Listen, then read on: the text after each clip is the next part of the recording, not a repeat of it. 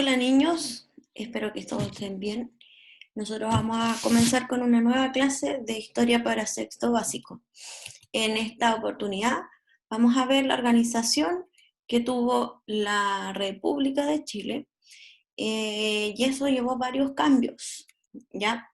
Entonces, el objetivo de la clase del día de hoy es comprender el proceso de organización de la República, ¿ya?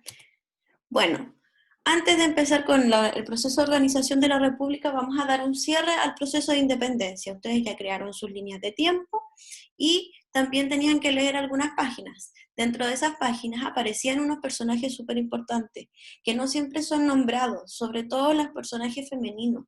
Si se dan cuenta, la historia por lo general está hecha por hombres, pero en realidad no es que no existieran las mujeres, sino que no tenían la importancia, no les daban la importancia que realmente tenían. Bueno, uno de los personajes importantísimos dentro de la independencia fue Javiera Carrera. Javiera Carrera era hermana de José Miguel Carrera, de Luis y José, perdón, de Juan José, de Luis y José, que todos los nombres se parecían entre ellos.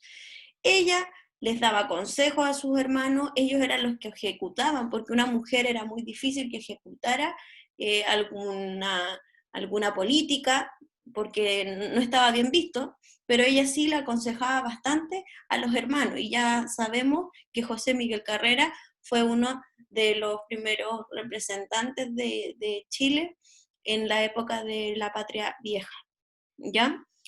Otro personaje femenino fue esta señorita que fue Paula Jara Quemada.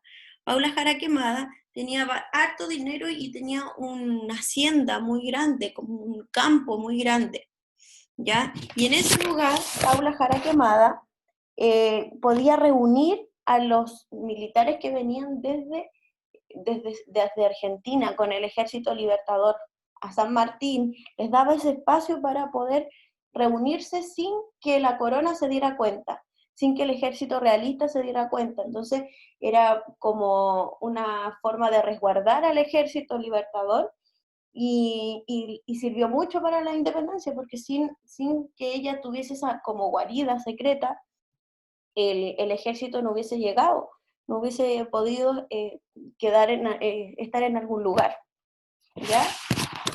Luego, otro personaje importante y que no siempre es nombrado es Camilo Enríquez. Camilo Enríquez era un sacerdote, como ustedes pueden ver, y él creó la Aurora de Chile, que como ya saben, es uno de los primeros diarios, es el primer diario en realidad, el primer diario que tuvo Chile.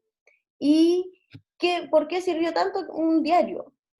Era importante porque en el diario se daban las ideas de independencia, se creaba una especie de espíritu independentista para que los demás también creyeran. Entonces, a la persona común y corriente al leer ese diario se daba cuenta de que podía haber independencia, ¿ya? De que podía haber independencia y de esa manera se iba creando un ambiente independentista. El otro personaje súper importante en el periodo de Reconquista, sobre todo, fue Manuel Rodríguez, que como ya se los había dicho anteriormente, él era un espía, se cambiaba de ropa, se disfrazaba para poder espiar al ejército realista y de esa manera informarle al ejército libertador para poder planear el ataque que iban a tener. Ya sin él, difícilmente se podría haber ganado la batalla. Entonces, fue súper importante para Chile Manuel Rodríguez, y él sí es nombrado más que los otros tres personajes que ya hemos visto. ¿Ya? Continuamos entonces. Dentro de la última etapa, que no vimos mucho, fue el gobierno de O'Higgins. El gobierno de O'Higgins trajo varios hizo varios cambios, y esos cambios generaron que la gente de la élite, la gente con más privilegios, se enojara con él. Se enojara con él porque no les gustó esos cambios que hicieron. Como por ejemplo, ¿qué hizo? Suprime los títulos de nobleza, ¿ya? ¿Qué era nobleza? Y en el libro aparecía, grupo social que antiguamente era el más importante, estaba formado por personas que tenían títulos y privilegios que las diferenciaban de los demás clases sociales. Entonces, al quitar ese poder, la gente dijo, oye, no, pues no me quiten ese poder, porque ese poder yo lo tengo este papelito que dice que yo soy noble, por lo tanto no me vengan con problemas. Yo tengo más poder que otros. Y Bernardo Higgins quita eso y obviamente se tira encima a toda la nobleza, ¿ya? Después también lo que hizo fue que suprimió los mayorazgos. Los mayorazgos tenían relación con la herencia. Por ejemplo, si en una familia habían 5 hijos o 3 hijos, solamente recibía la herencia el hijo mayor y los demás se quedan mirando. Entonces, también hizo eso y a algunos no les gustó. Obviamente que los que no les gustó fueron a los hijos mayores que estaban esperando recibir toda esa herencia. ¿Ya? Él crea una constitución en 1822 y todos estos problemas, o sea, todas estas cosas que él hizo, sobre todo el suprimir los títulos de nobleza, hace que los mismos nobles les digan, tú renuncias o si no nosotros dejamos la embarraca. Y empezamos con una nueva guerra. Entonces, Bernardo Higgins, para evitarse problemas, ya renuncia al cargo y como ya habíamos dicho, él se va a Perú y queda en su cargo como director supremo Ramón Freire. Ramón Freire fue el nuevo director supremo de la época. ¿Ya? Bueno, para dar una síntesis de la independencia. Vimos que tenía muchas causas, externas e internas, cosas que afectaban, que estaban fuera de Chile y cosas que afectaron que estaban dentro de Chile. Principalmente las cosas que afectaron que estaban dentro de Chile estaban relacionadas a los criollos, con las diferencias que se les fueron generando, porque les fueron quitando privilegios, les fueron quitando poder y no podían acceder a los cargos públicos, que era lo que ellos querían. O sea, nosotros vivimos acá, nosotros tenemos que hacer nuestras leyes, tenemos que ver por nosotros. Lo otro es que la independencia estaba dividida en 3 etapas. Uno, la patria nueva, la reconquista y la patria vieja. Perdón, eso está al revés. La patria vieja, reconquista y patria nueva. ¿Ya? Ustedes ya lo saben. En la línea de tiempo ustedes también se dieron cuenta. Está marcado por batallas. ¿Quiénes eran esas batallas? ¿Quiénes estaban? Estaban los realistas versus los patriotas. La gente que quería que la misma gente de aquí se hiciera cargo del país, los patriotas, y los realistas, que como la palabra lo dice, estaban a favor del rey. Bueno, y los personajes importantes que ya hablamos anteriormente, donde también podemos incorporar a José Miguel Carrera y a Bernardo Higgins, ¿ya? Y hay muchos más, hay un montón de personajes más, pero en estas situaciones no vamos a poder hablar de todos. Bueno, entonces O'Higgins deja su cargo y lo toma Ramón Freire. En este proceso de organización de la República, imagínense, están organizando un país, ellos siempre estaban dependiendo de la corona española y seguían los lineamientos de eso. Entonces, organizar un país, partir un país prácticamente de cero, era súper difícil, muy complicado. Entonces, ¿qué pasó? Se vieron enfrentados 2 grupos importantes en este proceso de organización de la República, que eran los liberales y los conservadores. Los liberales estaban, en los liberales, en el grupo de los liberales estaban los pipiolos, que como bien sale en el libro, los pipiolos buscaban limitar el poder del presidente, defendían la autonomía de las provincias y planteaban la separación entre el Estado y la Iglesia. Esa era la principal razón que separaba los liberales con los conservadores. O sea, que ¿Cuál era la diferencia principal entre ellos dos? Era que los liberales creían que un Estado no tenía que estar relacionado a la Iglesia Católica, y los conservadores decían que sí tenían que estar relacionados y se tenían que tomar las decisiones en conjunto a la Iglesia. Entonces, liberales solamente querían ver el Estado, y los conservadores el Estado más la Iglesia. No sé si se va entendiendo. De todas maneras, en el vivo voy a ir explicando un poco más. Como principal actor o personaje de los liberales estaba Ramón Freire. ¿Ya? Ramón Freire fue la persona que tuvo el puesto de director supremo luego de que O'Higgins se renunciara.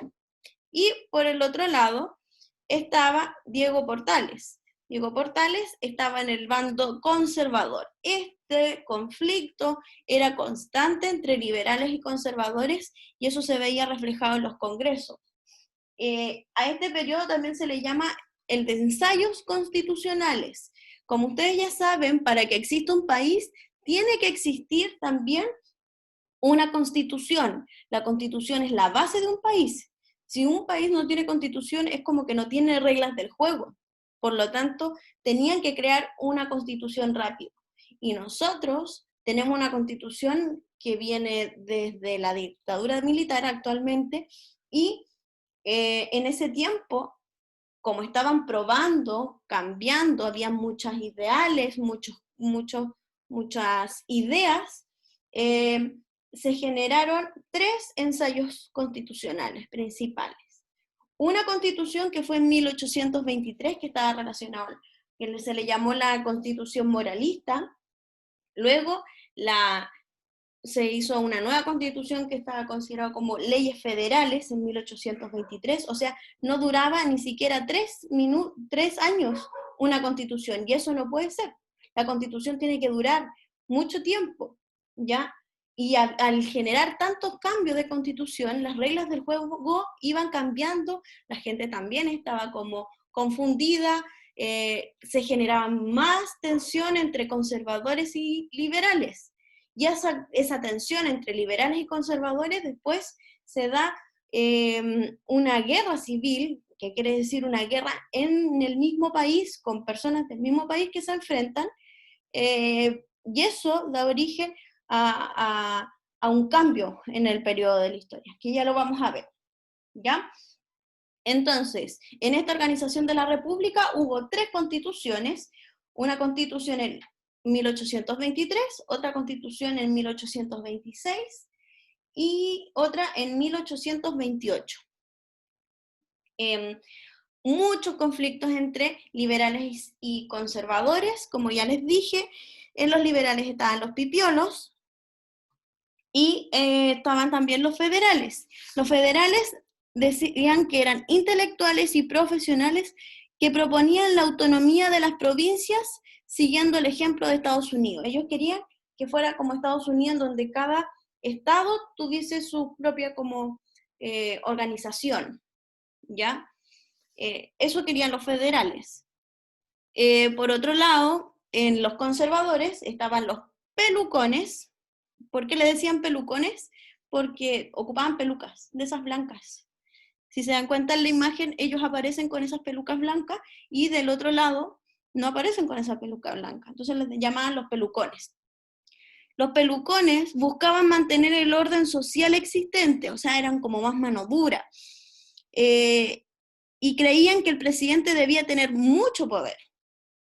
Y defendían la unión entre la Iglesia y el Estado, o sea, que el presidente tenía mucho poder, por lo tanto lo que él decía se hacía, y también estaba acompañado de la Iglesia, que las decisiones iban tomadas en conjunto del presidente y la Iglesia.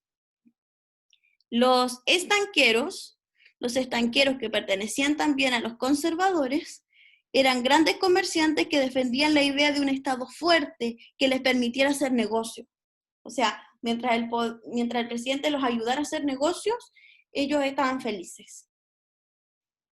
Y los o'higginistas, que eran los fanáticos de O'Higgins, que decían que tenía que volver O'Higgins para que él porque él era un personaje importante y él tenía que venir a dar y poner orden en este asunto, porque al final era todo como bien despelotado. Imagínense cambios constantes en la Constitución, muchos conflictos entre ellos, entre liberales y conservadores, que también se veían reflejados no solo en el Congreso, sino también en las calles. Eso principalmente. Entonces, conservadores querían la iglesia y el presidente con mucho poder, y por otro lado, hablaban los liberales que fuera solamente el presidente y que no tuviese tanto poder, sino que también existiera como descentralización, o sea que las provincias también tuviesen sus propios intendentes y gente que le ayudara a gobernar al presidente, como algo similar, pero no igual a lo que se vive ahora, ¿ya? Bueno, esa fue la organización de la República. Ahora vienen las actividades. Las actividades, principalmente es esto. Número uno, ¿cuál de los personajes de la independencia te llama más la atención y por qué? De los 4 que vimos, ¿cuál te llamó más la atención o cuál era más desconocido para ti y por qué te llamó la atención de su trabajo o de lo que hizo? Ustedes me cuentan acerca de uno. 2, ¿por qué Bernardo Higgins sale del poder? ¿Quién asume en su lugar? Eso quedó en veremos en la última clase y ustedes me dijeron, no, que no se termine la clase, queremos saber quién sigue. Bueno, ahora ya se los dije. ¿Quién llegó a quitarle el puesto, por decirlo de alguna manera, o quién asumió el puesto después de que Bernardo Higgins renunciara? Eso es lo que ustedes me tienen que decir. ¿Y por qué? ¿Por qué Bernardo Higgins decide renunciar? ¿Qué problema hubo? 3, ¿cuáles son las diferencias entre conservadores y liberales? ¿Ya? Conservadores y liberales aparece también, si ustedes leyeron la página 73, pueden leer ese cuadrito del recurso 2 y aparecen ahí también más diferencias. Entonces, a partir de lo que yo dije, más lo que ustedes leen en la página 73, pueden responder esa pregunta. ¿Qué aspectos positivos tuvo este proceso de organización de la República? Lean ese texto y analicen. 5, ¿qué aspectos negativos tuvo este proceso? Cosas positivas y cosas negativas, ¿ya? Nómbrenme algunas y explíquenmelas bien. Y luego, en la número 6, dice, ¿cómo te imaginas ese momento de la historia? Explica cómo te imaginas ese problema que hubo, ¿ya? Luego, tienen que hacer estos cuadritos en su cuaderno, donde van a completar según la información. Los pipiolos, perdón. Este era el cuadro de los liberales. Los pipiolos, ¿cuáles son sus principales características? Y después tienen que ver en qué se parecían los federales con los pipiolos, ¿ya? Las características de los federales y en qué se parecían. Les pido disculpas porque está un perrito justamente está haciendo ruido. Número 8. Completa el siguiente cuadro según la información de los conservadores.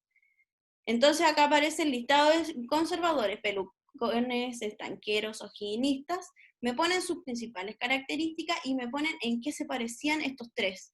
De hecho, esa última columna la pueden eliminar y poner solamente una, porque en qué se parecían es para todos. Ya lo mismo en el cuadro anterior, acá, donde dicen que se parecían, también lo pueden poner de la misma manera, sin separaciones. Ya. Y luego van a leer, porque, como ya les dije, este conflicto entre liberales y conservadores generó una guerra al final del periodo de la organización de la República. Se genera una guerra civil y sale victorioso porque se inicia el periodo conservador. Entonces, ¿quiénes creen ustedes que ganaron esa guerra civil? Van a leer esa página 74 y 75 y van a responder las 2 preguntas que aparecen en la página 75. Ya luego nosotros vamos a analizar esa situación, vamos a volver a ver qué era el periodo conservador y va a quedar un poco más claro. Ya nos vemos en el en vivo, cualquier duda me la hacen en ese momento, porque es el momento para aclarar dudas. Ya niños, que estén muy bien, les mando un abrazo, cuídense mucho, chao, chao.